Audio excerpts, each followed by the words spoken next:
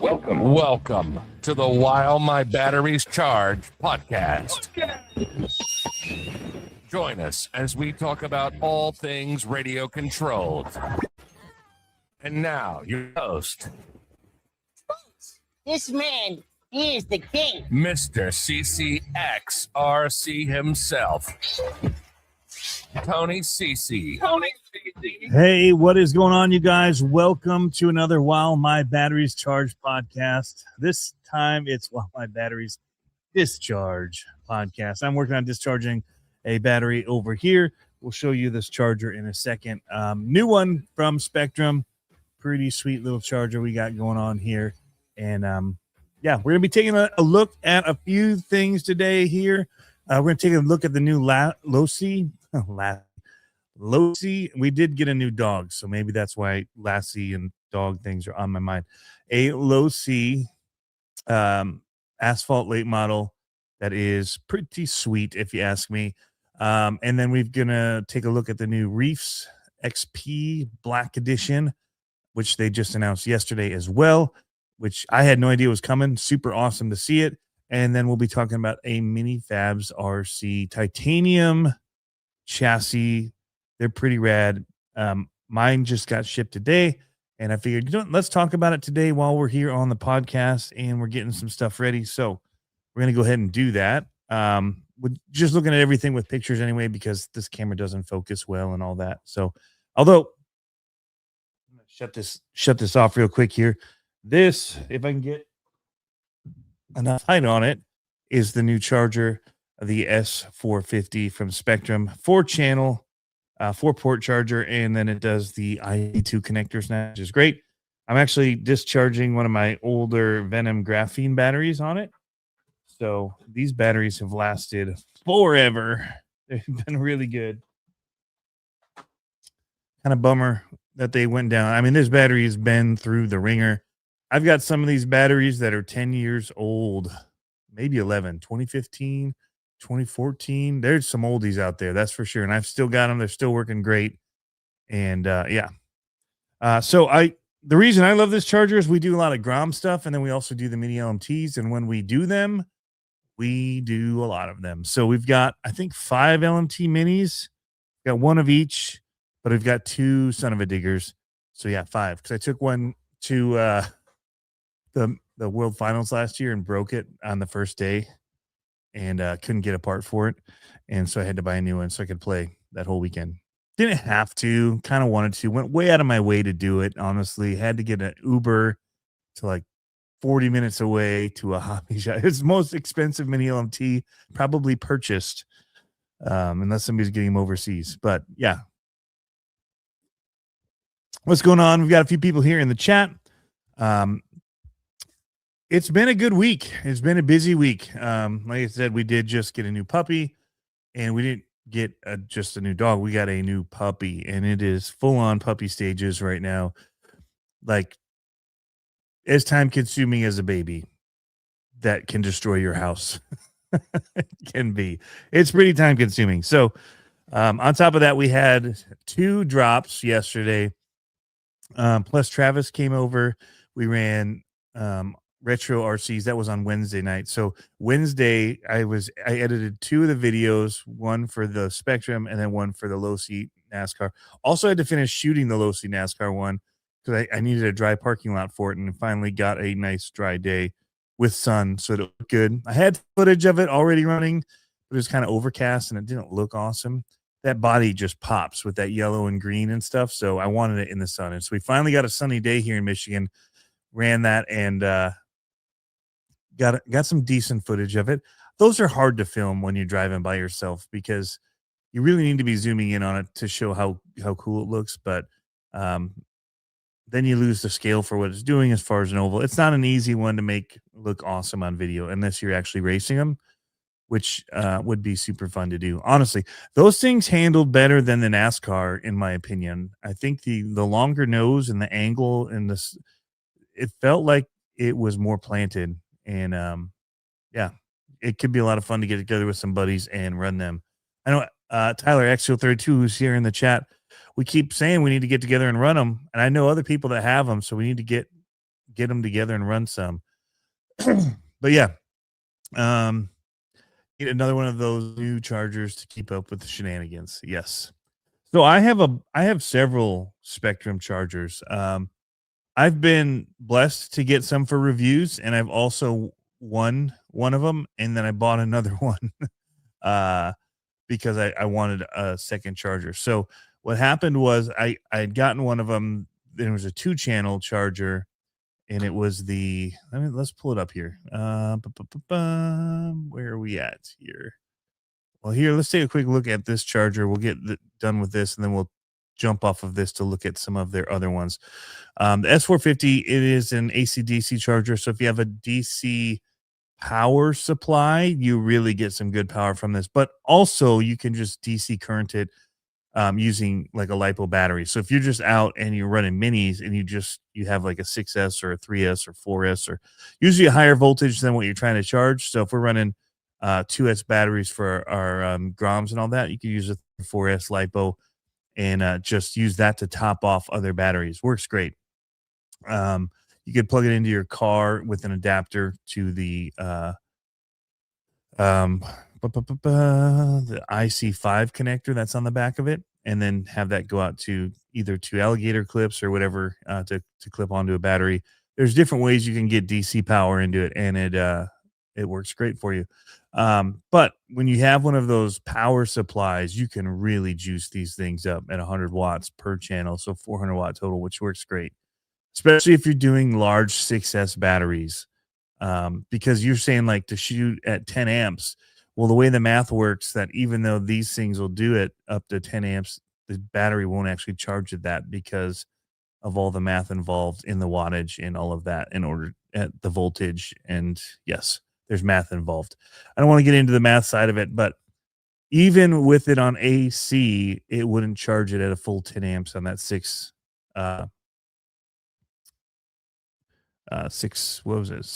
cell battery I had, the big one. So yeah, DC would be the way to go. But yeah, so I just kept buying more and more of their chargers. So let's just see here. Let's go to parts electronics. Let's go to chargers on here. Let's see which ones I have. So I have the S1100, which is 1x100 watt charger, and then I have the 1200, the S1200, which is a 200 watt charger. So I won that one at a RC event. But I had originally started with their Gen 1 that were the 2 bank chargers that they had. But they were smaller and they had the wheel on them. I like the wheel. A lot of people complained about the wheel. I feel like it's so much faster to get through the menu system with the wheel than it's clicking, especially when you're trying to set the amperage that you're wanting to go at. It's kind of annoying having to hold it down, then it goes way past, and you got to click. Man, that wheel just was a cooler motion in my opinion. But they don't make that one anymore. I have had and gave away one of these S100s, good little charger, and I like the S220 right here for running my what is it, the mini batteries. I charge them on this, the ones that have balance leads. It has to be a balance lead one. So this would be like for my SCX 24s. I'll do 3S and 2S batteries on that. I'll even do some of my other batteries that I have that are non-Spectrum ones and just charge them off the balance port on this, or some of my smaller things that I run that are like less than 2,000 milliamp hour. And it does a great job. Yeah, so the original one was more like this. S250 is what I had, but they were the one with the dial. So here's a DC power supply if you wanted to get a power supply to use for it. And you can use this to power. So this converts it to DC current. So this is only a 380 watt though. And that new charger will do 400. So there's that. You might want a bigger one. I'm not really a techie about batteries. I love the ease and simplicity of this system, and that's why I use it. This is the one S155. I keep one of those on my desk, like right by my computer, and I'll use that to just charge through batteries as well. So I had that one with dongles on it so that I could just quickly charge my ROM batteries and all that while I'd sit and edit and do stuff.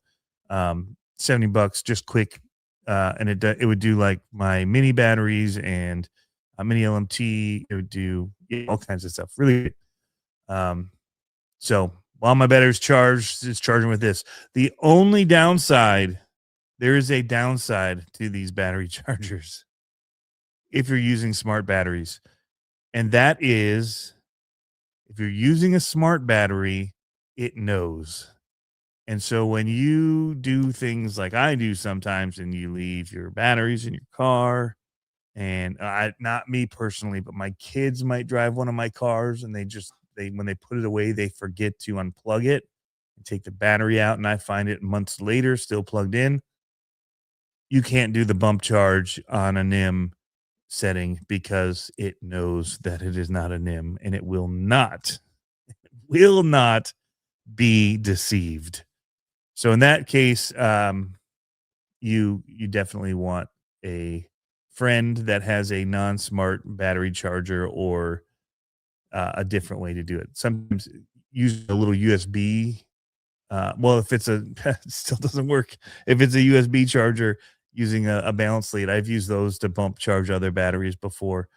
You can't do that, especially the mini batteries for like the SCX24, like where a charger won't read it. But if you use that USB cable that came with the stinking thing, it's like, we don't care if you left it plugged in. We're going to charge it anyway. So those will do it. Axel says, I love my Venom Dual Pro. I still have my quad Venom right back there. Great charger.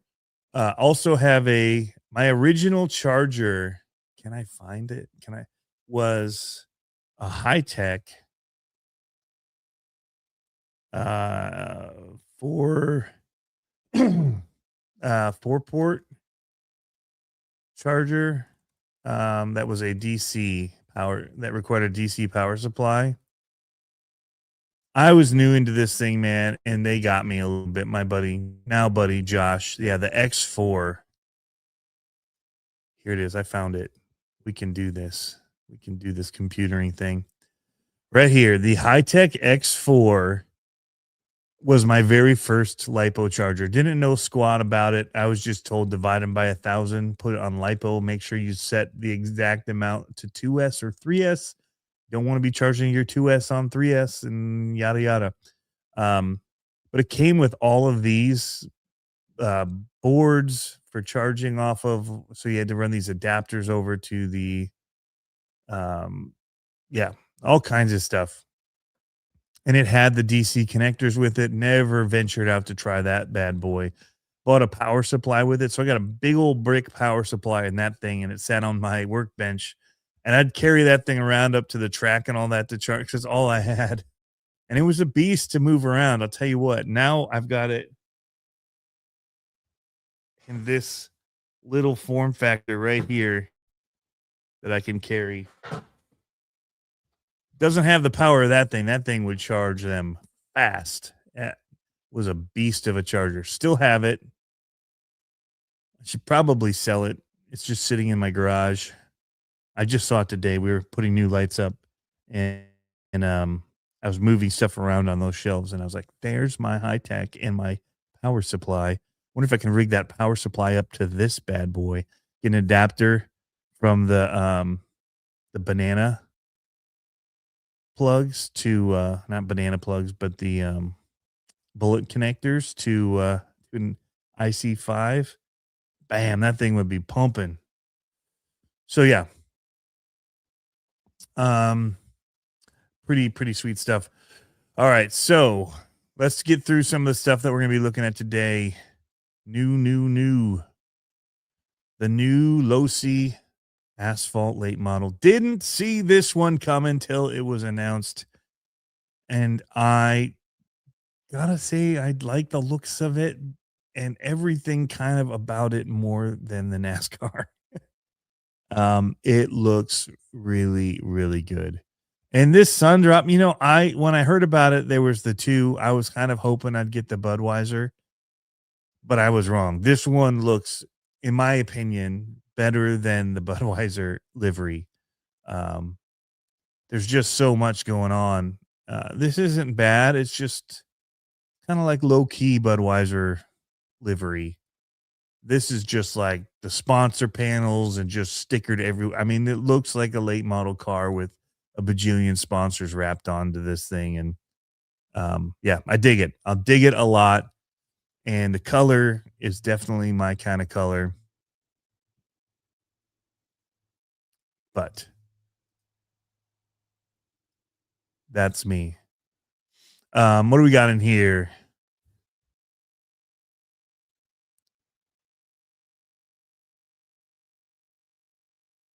Yes, I'm going to jump a battery to life. What's up, Zay's RC? No, it looks great. It looks stupid good.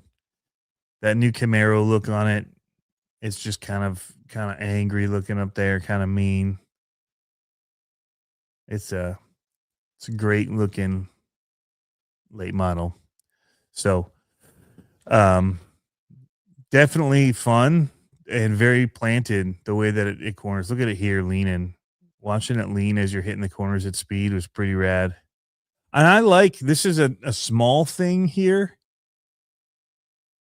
but I like the look that they went for here with it in somebody's garage. I mean, it's still lit really nice and all that, like probably a nice flash setup or whatever. But props to them for not just going like full on all clean photoshops and yeah, backdrops and all that. This just makes it look like you could actually pull it out of your garage and just run laps in your cul-de-sac. So marketing wise, I like that too, because they could all just stick to this kind of look for it.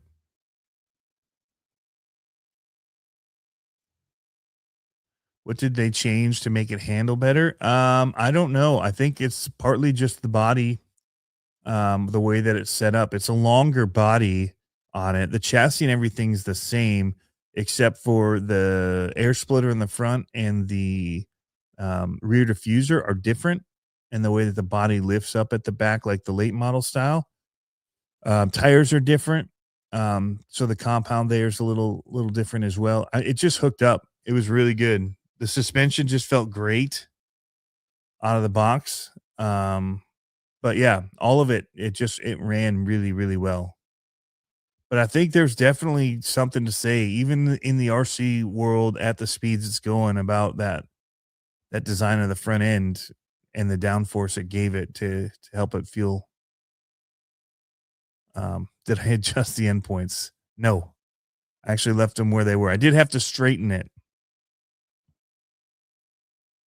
It's the only soda in my fridge, Smiling Bear says. Had to fight the impulse to buy it. It looks wicked. So yeah. Smiling Bear says it has an old IMAX charger, just refuses to die. Yes, I get that. Sometimes you just run them. That's how I feel about those other Spectrum chargers. I got a bunch of them. I have to carry them all, to charge multiple batteries. But it is nice to be able to take them and have them in different spots too, when I don't need to charge a lot of batteries, and I'll just have them in different areas to run when I just might be down. Because I like to charge batteries when I'm around. So, like I was charging this one earlier for this is actually the 3S one. I messed up. So mine did not come with a battery. Let's scroll down here through it and show. So they're showing different things, packs you can get for these. Their video was kind of fun.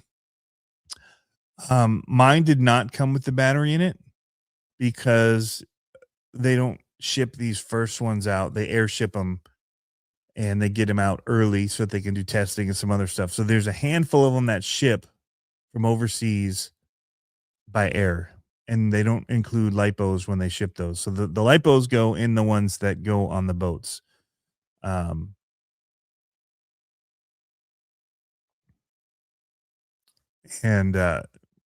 Yeah, so I had this battery for whatever reason up on my charger here at my desk, and so I'd used it for the charging video. on the charger, and I stuck this into the car instead of they'd sent me a battery to go with it separately, in a different box. And I was like, you know what? I'll just use the one that I already had out charging. Was a 3S, and the 3S batteries will not, they won't bind. They won't let your radio bind. So it's not actually activating the full ESC receiver combo thing. So I'm sitting here freaking out. I'm like, is this radio not bound? Why is my bind plug not working? I'd put the bind plug in and it wouldn't do anything. And then I'd take it over and I grab my Dale Earnhardt car and it wasn't working. I'm like, what the heck is going on here? And I'm trying all this stuff. And then I finally going like, maybe this battery's bad, even though it's like brand new. And so I would go and get a different battery and boom, they all immediately, no, I actually got the Joey Logano car from the garage and it didn't work. And I said, there's something wrong with the battery. And I put in a different battery and it worked immediately. And I realized it's not the right, it was a 3S battery. It will not function on 3S. It doesn't even let you try to burn up your car. If you're like, you know what, I'm done with this brush system, I'm going to burn it to the ground, it won't let you. They're the fun police. But yeah.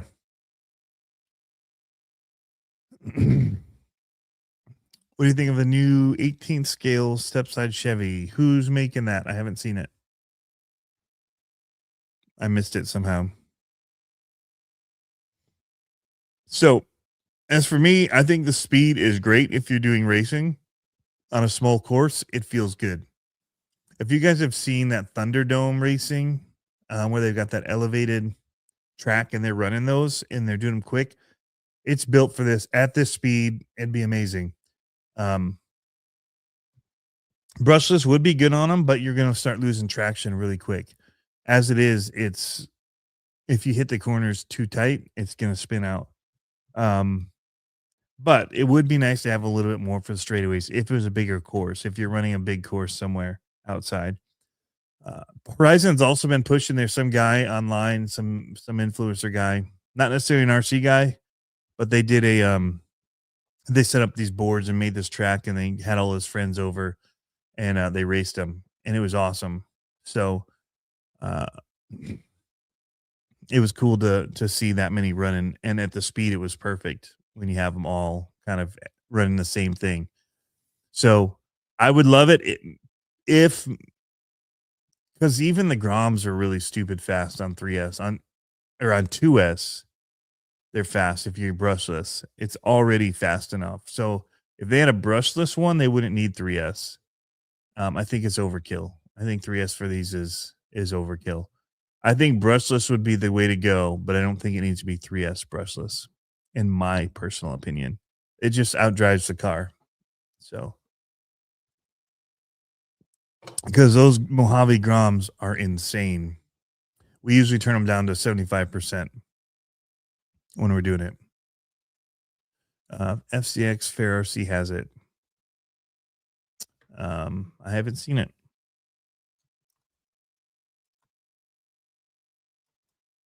Step side. This is the one that they're talking about. That looks pretty rad.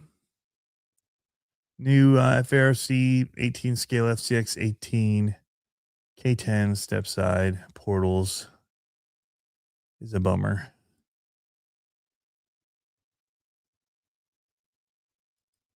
Yep. I think the body looks awesome. I don't care much for these portal axle cars. Personally, I don't think in this small of a gap that being a portal is beneficial. Actually find it with this huge hunk here next to your wheel to be more problematic than anything. So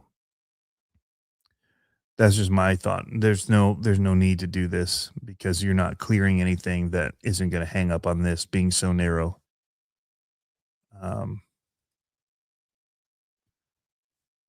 I think, yeah, there's some different options for colors. Let's see, Fair RC official store. because they do the whole mods thing.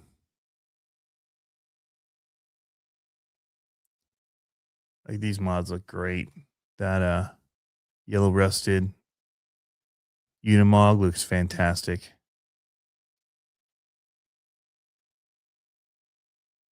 So that's kind of where they really get into things. So FCX 18 step side.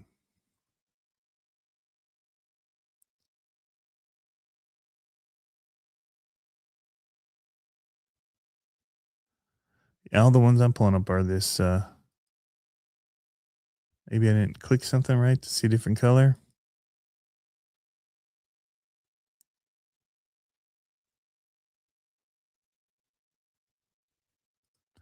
Anyway, it's not something I was here to talk about. I'm not going to go on a search for it. What I am here to talk about is this is a pretty cool drop from Reefs. Didn't see this one coming at all. They had the Founders Edition when I was at Proline by the Fire, and it was amazing. Absolutely stunning truck. It was out of my budget. This one's still expensive for a kit. But they've created something pretty special in this. If you saw it drive, it was unbelievable what it was able to do. And they were handing off the controllers and just wowing everybody with these things. 60 degrees of steering up front. And this one, they've made portals feel like a solid axle, planted like a solid axle. It's pretty cool. Your Arma LED sign is on sale, 69 buckaroos. That's pretty awesome. I do like these LED signs. It just helps brighten up the studio. It's fun to be up here with them. The Axia one is huge. Can't believe how big it is. It blew me away. It didn't fit where I wanted it to, unfortunately.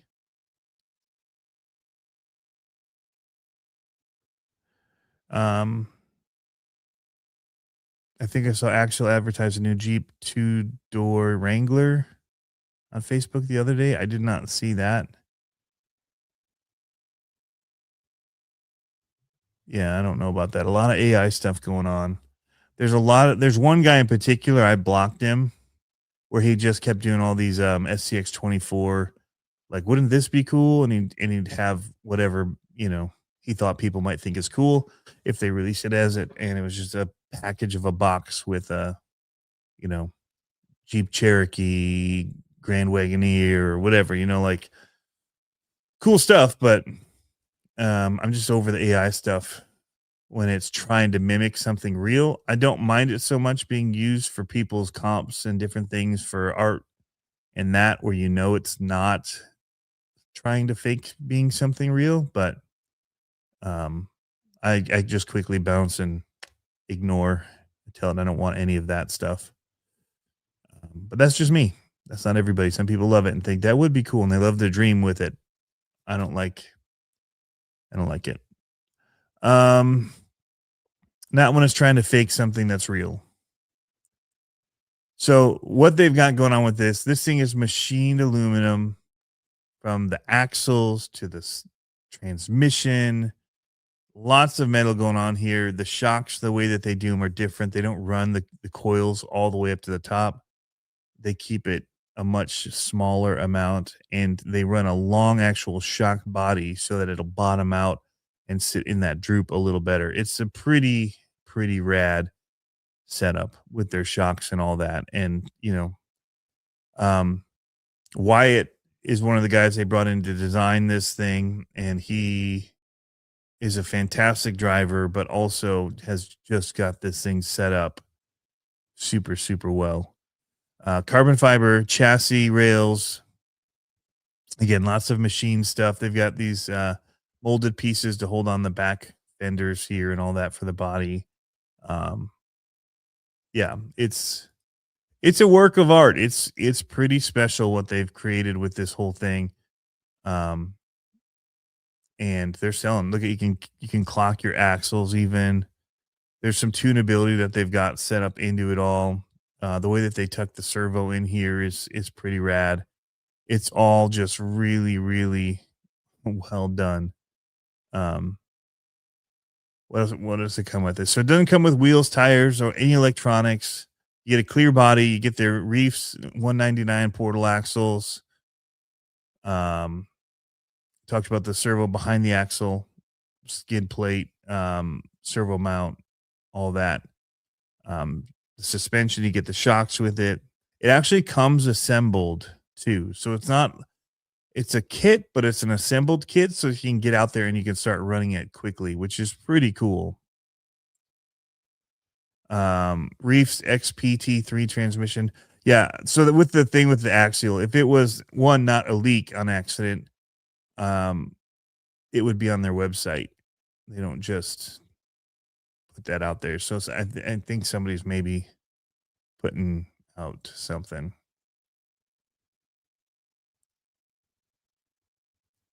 The chassis, 3mm carbon fiber, skid angle 7 degrees. So there's other stuff that you can do for it. As far as option parts you can get. So the one thing that this doesn't come with that the founders came with was a lot of brass. But this one you can buy brass steering knuckles, portal covers. There's overdrive gear sets. I wonder if down the line you're going to be able to get these front covers as portals, or not portals, as brass. But really, really clean. What do they say the wheelbase was? 12 point. So it's 48 pitch. Output shaft is titanium. So there is the steel inner gears. All that is really well built as well. So you got metal gears, of course, inside these axles. They've gone the length with this thing. I thought I saw somewhere where it said what the overall build length was when the kit is fully assembled for the wheelbase. Huh. Yeah, 12.5 inch, 317.5 millimeter wheelbase. So, yeah, you're going to get the metal drive shafts, all this stuff that a lot of the companies will just kind of skimp out on with them. Like, oh, well, this is the kit. It's $500. It's got all the upgrades, whatever. This thing has definitely got all the upgrades. Metal for days. Because even when you get like the kits and whatever for Vanquish or whatever, and you get some of the upgrade parts on it, you're still getting plastic drive shafts usually. You're still getting plastic axles. You're still getting plastic transmissions. This is all machined. And when you would do it that way, I mean, what would they cost? They were pretty expensive. So it's up there in the range of like what would be the when the Vanquish did come with their metal gears, or not metal gears, or metal axles. They were up in that 8-9 range. So, well, maybe we could probably just see what Vanquish products would have been for an Origin Classic. But these are not with the metal. Let's go back to their legacy stuff. $849. So we're in the range, right? This is going to be more of a scale truck, but you do get the clear or the black axles, but you're still going to get a plastic transmission. And you're still getting plastic drive shafts.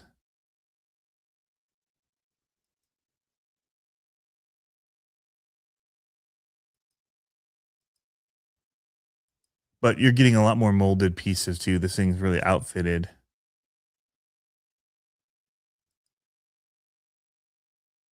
But yeah, it's the plastic slider drive shafts, which I don't actually hate, not to lie. But those, when people buy those, they're not usually, unless you buy cheap ones, they're not that cheap to get really nice metal machine drive shafts. So anyway, I don't think it's that overpriced when I look at it and I think about other things that come in and how much people pay for just a chassis sometimes, without all of the extras that are going into it, especially the metal. Shoot, just a set of metal axles can get quite pricey. But the team that they've assembled to go in and build it as well, there's costs that are associated with that beyond just the cost of the manufacturing that people, for whatever reason, never take into account. They never take into account the office spaces and everything else that has to get paid for somehow in order to make it all work.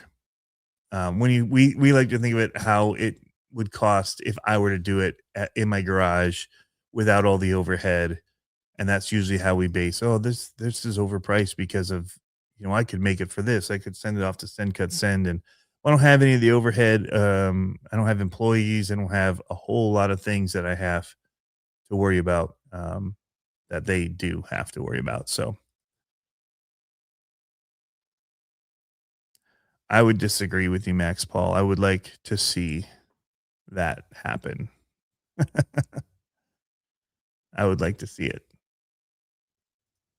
That would perform like this one does. It's a pretty special build. So, speaking of pricing, if you guys, yeah. I have this coming right here, 24 scale titanium chassis. This does not have axles. This is going to end up costing, by the time it's done being built, close to what that Reefs cost. So it's going to be expensive. Quantity is one of the things that changes, that and being all custom made. But yeah, it's a pretty special chassis. My buddy Will has one and has had it for 22 weeks. And it is, man, it's a contender. I'll tell you what, it's very, very good. Four-wheel steer class. This class 4 no matter what for us because it's a cage. So, um, but we'll had some driving footage of it. It's his build on it is really good as well. He's got it outfitted to perform. Yeah, 22 weeks. He's had it what, 5 months or so? I drove it in one comp. He let me drive it and I won with it. Having never driven it before. It's and I just driven mine, and mine 'cause I put it for 2. So I have, the PureTech one, and I also have the, MB1 chassis. So, I'm pretty much trying to grab up all the titanium cage ones I can. I've got the older PureTech ones as well. I just love these cage buggy style, crawlers. I still have them. What was it, the Olympus, that the PureTech had before. Still have it. It's gold. I also have the Rock Bouncer kinda fast one. Just really dig this style. But yeah, he does, really, really good with these. This was, what, 11 weeks ago? So 3 months ago-ish? Probably about the time when I drove it, a little after this, because I come back from Proline by the Fire and I'd seen the MB1 there and started working to get that one. Yeah.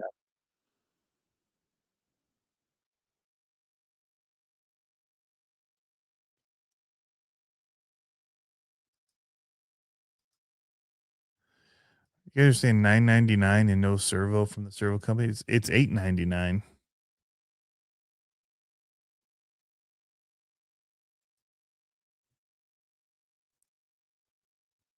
But Yeah, they're not selling it as a servo. They're branching beyond being just a servo company. They've got other electronics that they've got now, um, gyros, BECs. They've got wheels and tires they're working on. So you could say, oh, they're a tire. You could say the same thing about the Vanquish. Oh, they started with so much wheels and tires and all accessories for the SCX10, and they're not going to give me wheels and tires with my Origin kit. So yeah, it's not really any different. Because if they did give it with the servo, guess what? That price does go up to $999. So they also know that people want to run their own servos. They're not going to force you to run their brand if you run somebody else's brand of servo or a different style servo. But I guarantee most people, or people already have the servo that they want to put in it and they don't want to pay for it to come with one. So they keep the cost down by not including the servo, thinking that you're going to take a truck you already have and slap your electronics into this guy. But yeah, they're not trying to sell it with their other stuff in it. But these wheels that they have look pretty cool. You can see the Reef logo in the wheel on these pictures. Well, in this one, I can't get a close up of it. If you hadn't noticed in some of their wheels, like the design in it here is actually like that Reef's. I don't know if it's a coffin shape or whatever it is. They're cut in. A bunch of them. Somebody was trying to find out how many of that shape was in something. I don't remember what it was. The shield, that's what they call it. So the shield. And how many were in the Origin or the Founders Edition.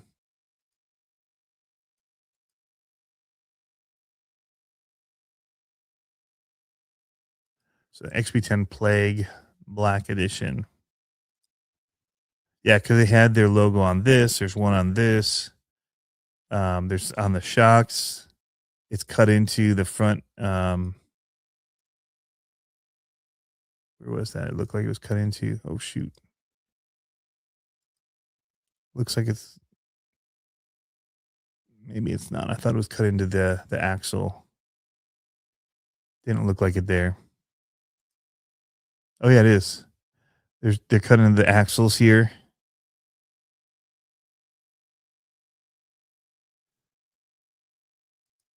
I remember when that was just the logo, was just this stamped font like that. It's on the drive shaft. So anyway, we were trying to count how many of the shields there were on the builds that were at Proline by the Fire. There were a lot. They had it stuck on everything. But it's a really, really well performing. I mean, the high rise that they've got here on the built-in standoffs for the rear riser link mount.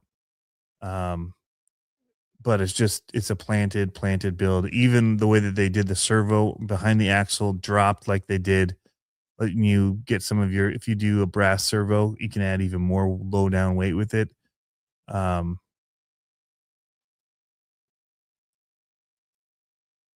Yeah. They got the winch lead out the front. Well thought out build. Anyway, back to this guy. This is a MinifabsRC. If you haven't heard of them, I did not choose this one, even knowing that Will had it when I ordered mine. And he has them for different scales as well. So you get an 18 scale. They've got it for 24 scale. Depending on, so this is the 18 scale cage on this one. The reason that I didn't go with it is I wanted something. You can see where the shocks mount. It's definitely more of a comp setup. I wanted something that was more of a realistic look for where the shocks mounted on the MB1. But the one thing with the MB1 is it's got a really long skid and it's flat. So these ones are they're a better performer, but they don't necessarily have some of the scale look that the other ones have in the way that the shocks mount and wear. They're not out on the cage and all of the extra holes and mounting points. and the angled skid like that. I mean, that's pretty sweet for a comp setup, but not quite as much realism as like the MB1. So anyway, the hobby, while it has gotten smaller as far as some of the stuff we've gone into minis and all that kind of thing, the cost has gone up. So that's something that's interesting to talk about. A lot of it has to do with the times we live in. Things have gotten expensive. And so, people are having to make decisions on hobbies, especially is that where they want to do money cutting or eating out. Like my boys and I just went to Buffalo Wild Wings last night. It was just the three of us. And we, with the buy one get one, we got two of them, and we got like a wedges. It was $40 for basically what would have been two people and an appetizer, because we were trying to eat cheap because we got to share, as buy one get one. So you buy 10 wings, you get 10 wings free, and so we'd split them, and still was $40 before tip. That's crazy how much it's gotten. But so that's just like things are expensive now. It's just kind of what it is, and it's just kind of where we've seen things going. It's interesting, because we also have so much more, I think, and want so much more that even when our parents, or for me, like my parents, when I think about what there wasn't as much to want to have. Like not everybody had the most expensive cameras. Nowadays, you just see like everybody's walking around with what the professional photographers would have, and they're just using that for their social media and their fun stuff.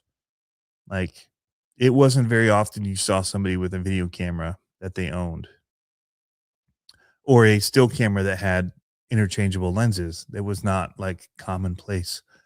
Then, we all walk around with these really expensive phones that, but they just have a phone that hung on the wall, or, maybe they'd get a wireless one, but they weren't just buying them every 2 years when the newest new came out. Like the way that we spend is so different than back then. And then, but we still want to have the houses and all the other things that they had, but they were investing in their houses and big things. And we're like just spending so much on little things. And I'm preaching to the choir here. I mean, it's me. When I look at all the stuff that I even have on this desk, that's like video switchers and computers and each one of these things, and I think about how many hundreds of dollars they cost. That's just not stuff that we had, the extras growing up. It's just different. But we want to have these things and still have the nice houses and the things and whatever, or a house, and have all this stuff. It's kind of crazy. What we have and then what we expect to have for cheap because everybody has them now, or whatever. It's like, okay. We had one TV in our house for the longest time. I've got 5 in this house. I've got 2 in my garage. I've got one up here in my garage and one downstairs in my garage. The one in the living room, the boys have a big one down in the basement that they play games on. Then my in-laws have one in their area. I mean, it's crazy. What the consumer market has done. And then, at some point, some of it's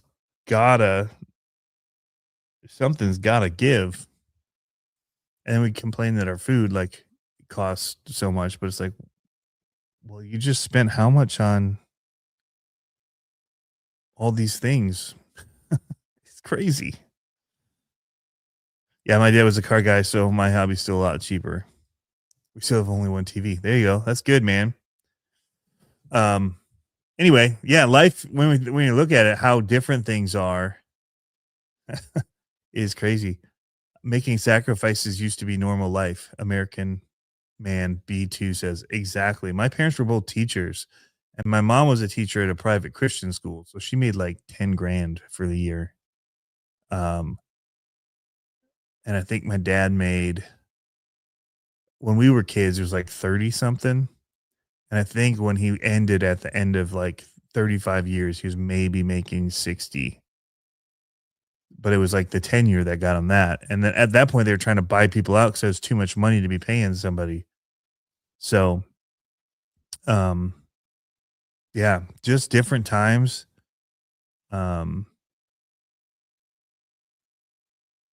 Yeah, it's interesting to think about. Um, and then we talk about prices on things like these that we don't even need. Like they're for fun. They're for fun. We're not talking about we need these to live or survive. Um, these are bonus things that we're saving up for so that we can have just some enjoyment. It's crazy. Yeah, I grew up with bare minimum. I think that's why we spoil ourselves too much. Yeah, and our parents were at that time, even they were spoiling us. I think that's part of it is we learned to be spoiled because they sacrificed and gave us what they could, like we keep seeing these little things like the toys that would come up from the 90s and 80s on Instagram. It's one of my favorite things.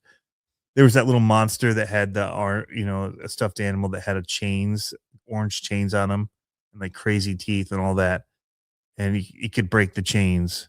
I'm like, oh, I had that. And then it was like a whole list of them. It had that. It had Teddy Ruxpin. It had Alf. There was a lot. And I'm like, dude, we had all those. Somebody just posted about that Bigfoot. Do you guys remember that in the black and gold uh pull truck that they had with the little key in the back, and then there were the little shifters on the top that you had for driving them, like the little plastic ones. They were about this big, and there's little shifters up on the top of it so you could engage it. Had that. Like that was cool stuff back then. He-Man toys, G.I. Joe figures.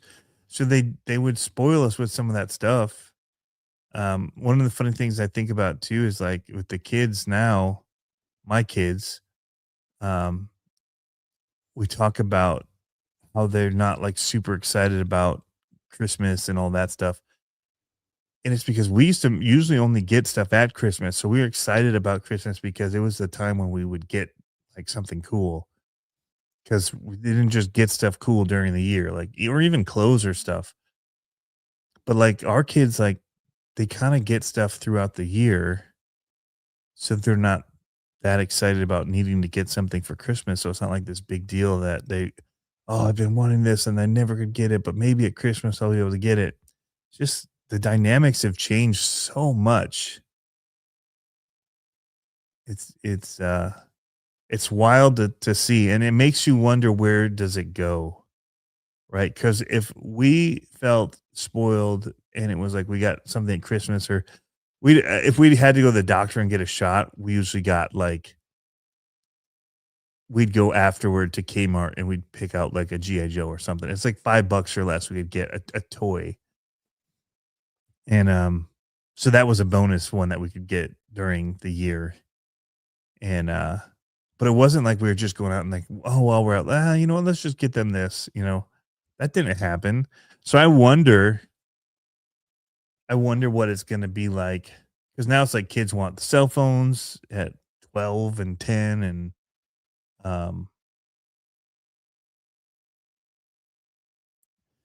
having gotten that, what's it going to look? One, it's different. Like, so I would say it's even different for me as an adult. Like my dad didn't need anything, like didn't want anything. Like I can't think of anything he bought for himself.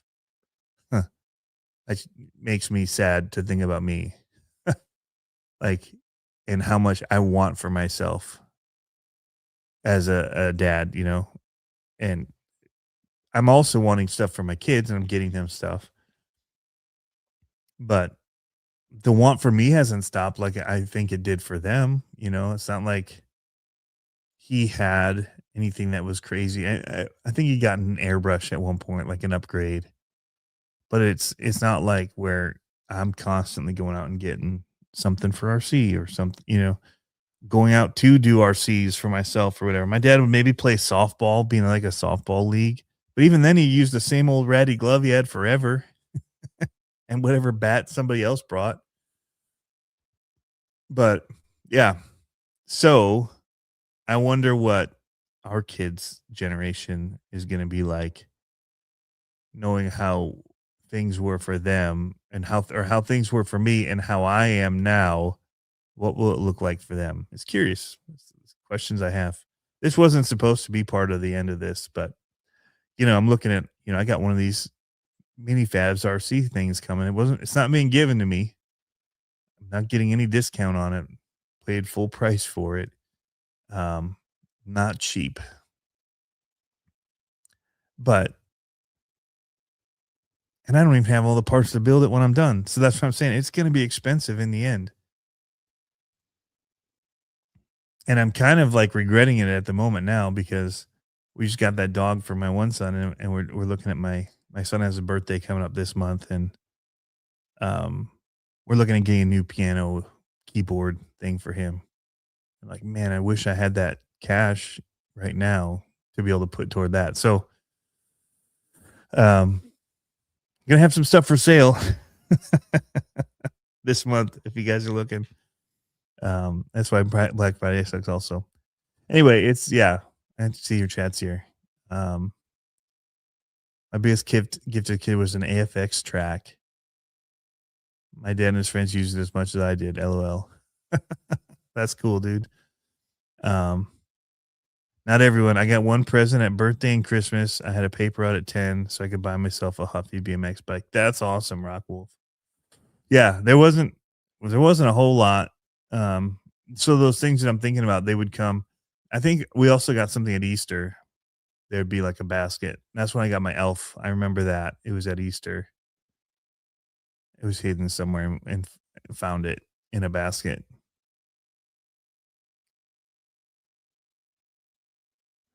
Smiling Bear, I got one Tonka for Christmas and one for my birthday. Rockwolf. Yeah.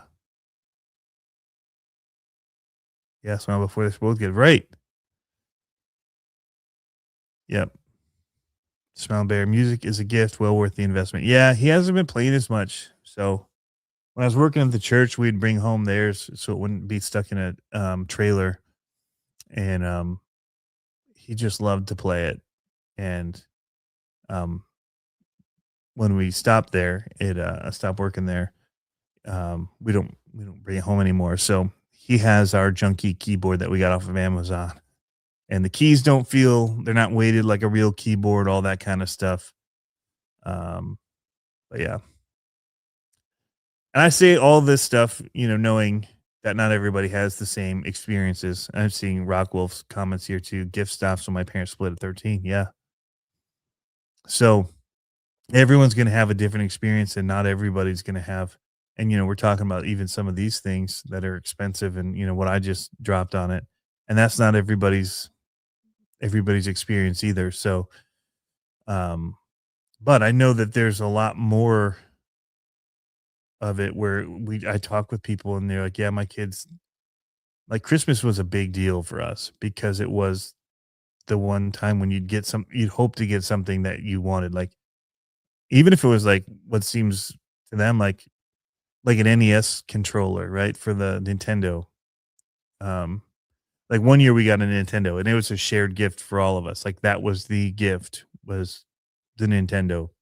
That's all we got, which is plenty because that's an expensive gift that my parents as teachers had to really sacrifice for. But then we want a new controller. And we waited and I would vacuum places to get money too. Like Rockwolf was saying, he had a paper route. I'd vacuum. And I think I made like $8 every 2 weeks, and I'd just save it up and then spend it like I think it was $24 for the NES Advantage controller with the big joystick like an arcade. and you'd use it, but they would break the plastic on it. You'd be playing and you'd use it like you're doing an arcade, and you'd slam one way and it'd break off. And like now, like the kids complain that they get stick drift on their Xbox. I'm like, oh, we'll have to get you a new controller then. No, I should make them wait till there's a time when they can get it, and that way there's some excitement about it. And so it's on me. It's me that's the problem for why their excitement is different, is because, like you're saying, spoiling. So, dude, that's awesome, Smiling Bear.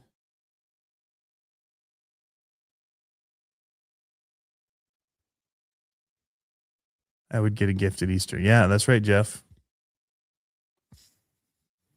Anyway, I don't know what got down this rabbit hole. I think cost.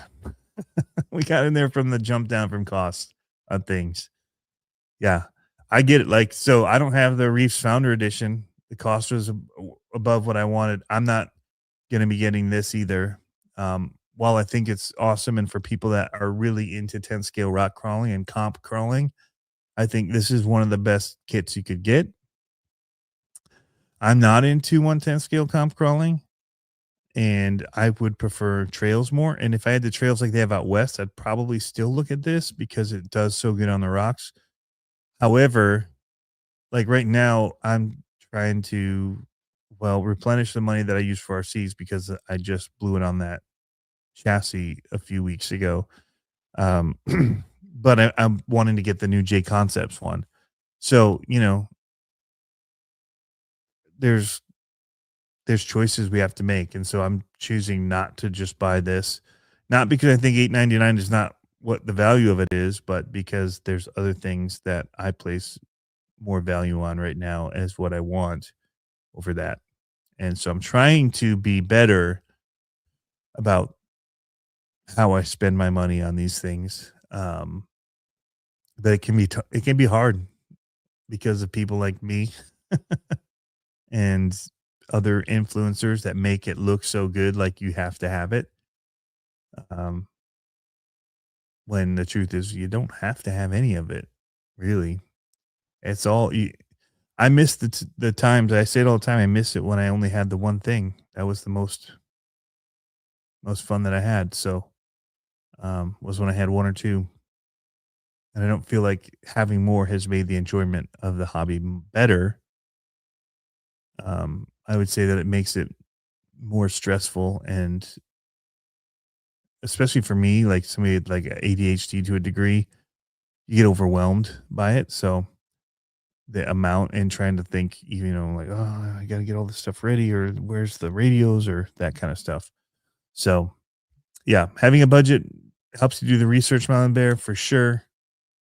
So um, that's the best way to do it, is tell yourself that you don't need to have it all. What is it that I really want? And having a budget that you try to stick with helps a lot. Um, so anyway, that went a different direction than I meant for it to, but it's all good. We're still talking RC to a degree because it's a hobby and we spend extra money on it. It's an unnecessary thing. It doesn't make us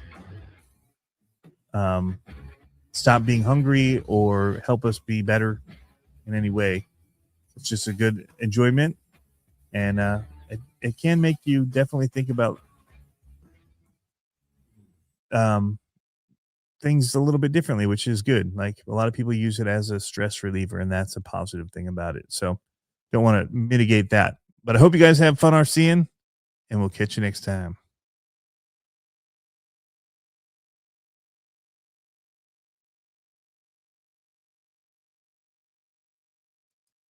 Bye.